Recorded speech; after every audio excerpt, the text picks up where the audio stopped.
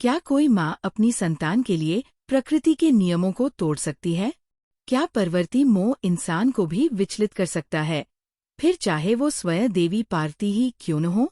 जब शिव और शक्ति के विचार टकराते हैं तो ब्रह्मांड भी असमंजस में पड़ जाता है। आज की कथा में देखिए क्या होगा जब पार्वती बिना शिव की अनुमति के नहुष को समय से पहले बड़ा करने का निर्णय लेती हैं। क्या ये मोह महादेव की तीव्र तपस्या को चुनौती देगा? वीडियो शुरू करने से पहले कृपया हमारे चैनल को लाइक और सब्सक्राइब करें और लेटेस्ट अपडेट्स कभी मिस न करें। इसके लिए बेल आइकन दबाना न भूलें। अब चलिए वीडियो शुरू करते हैं। कैलाश में सभी भोजन के लिए बैठे हैं। पार्वती माँ विचारों में डूबी हुई है। वह शिवजी की ओर देखती है और शिवजी भी उनकी ओर देखते हैं।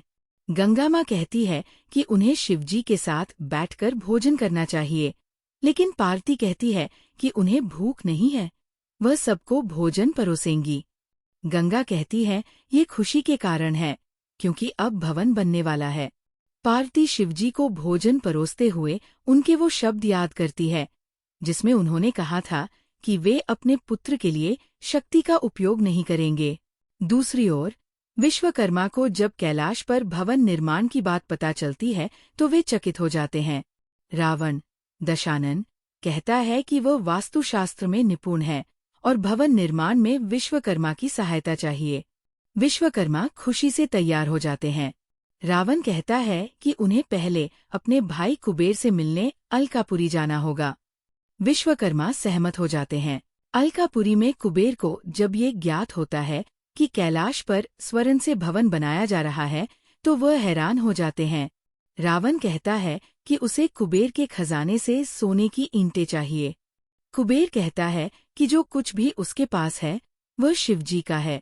वह रावण को पुष्पक विमान भी देने को तैयार है, लेकिन रावण मना कर देता है और कहता है कि उसकी शिवभक्ति ही इस कार्य को संभव बनाएगी। कैलाश में शिवजी पार्वती से कहते हैं कि पहले वह भवन के मोह में और अब अपनी पुत्री के मोह में फंसती जा रही हैं। पार्वती कहती है कि वो आयु और उसकी पत्नी को क्या उत्तर देंगी। वे तो विवाह की तैयारियों में लगे होंगे। आयु और उसकी पत्नी ऋषि वशिष्ठ के आश्रम में होते हैं।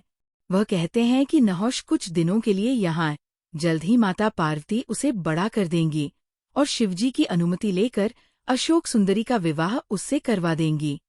ऋषि वशिष्ठ चौंकते हैं और कहते हैं कि नहुष की शिक्षा अभी अधूरी है। आयु कहते हैं कि विवाह के बाद भी नहुष अपनी शिक्षा जारी रखेगा। शिवजी पार्वती से कहते हैं कि वे आयु को समझा सकते हैं, लेकिन पार्वती कहती है कि अब ऐसा करना उचित नहीं लगेगा।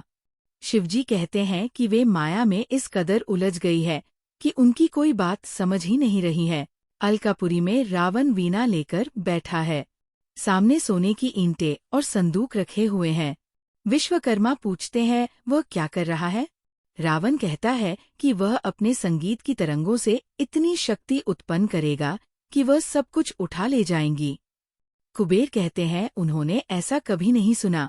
रावण कहता है अब तक कोई महादेव का ऐसा भक्त हुआ ही नहीं। वह वीणा बजाते हुए शिवजी की स्तुति करता है और हवा में उड़ने लगता है। कैलाश पर शिवजी इसे देख रहे होते हैं।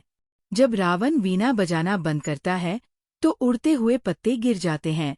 वह कहता है कि उसके महादेव ने असंभव को संभव कर दिखाया है। कैलाश में नंदी शिवजी का आसन साफ कर रहे हैं। पार्वती उनसे पूछती है कि शिवजी कहाँ है। तभी ढोल की आवाज सुनकर कार्तिकेय, गणेश, अशोक सुंदरी और गण वहां आ जाते हैं।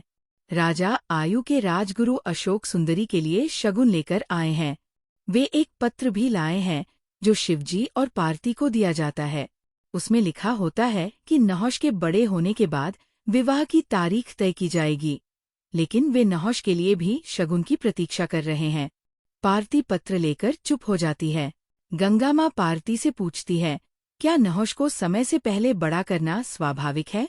गणेश तो नहुष के बड़े होने की बात सुनकर बहुत उत्साहित हो जाता है। कैलाश के श्मशान में शिवजी ध्यान में होते हैं। विष्णु जी आते हैं और कहते हैं कि जब बेटी के विवाह का शगुन आया तब वे वहां उपस्थित नहीं थे। और जहां तक नहुष को बड़ा करने की बात है, पार्वती स्वयं प्रकृति है। शिवजी कहते हैं कि पार्वती ये सब अपने स्वार्थ के लिए कर रही हैं। यह प्रकृति के नियम के विरुद्ध है। विष्णुजी पूछते हैं, फिर इसका समाधान क्या है? उधर गंगा माँ पार्वती से पूछती है कि अशोक सुंदरी के शगुन के बाद भी वे दुखी क्यों हैं? पार्वती कहती है कि ये शगुन शिवजी की अनुमति के बिना स्वीकार किया गया है। गणेश शिवजी से कहता है कि माँ नहुष को बड़ा करने जा रही हैं।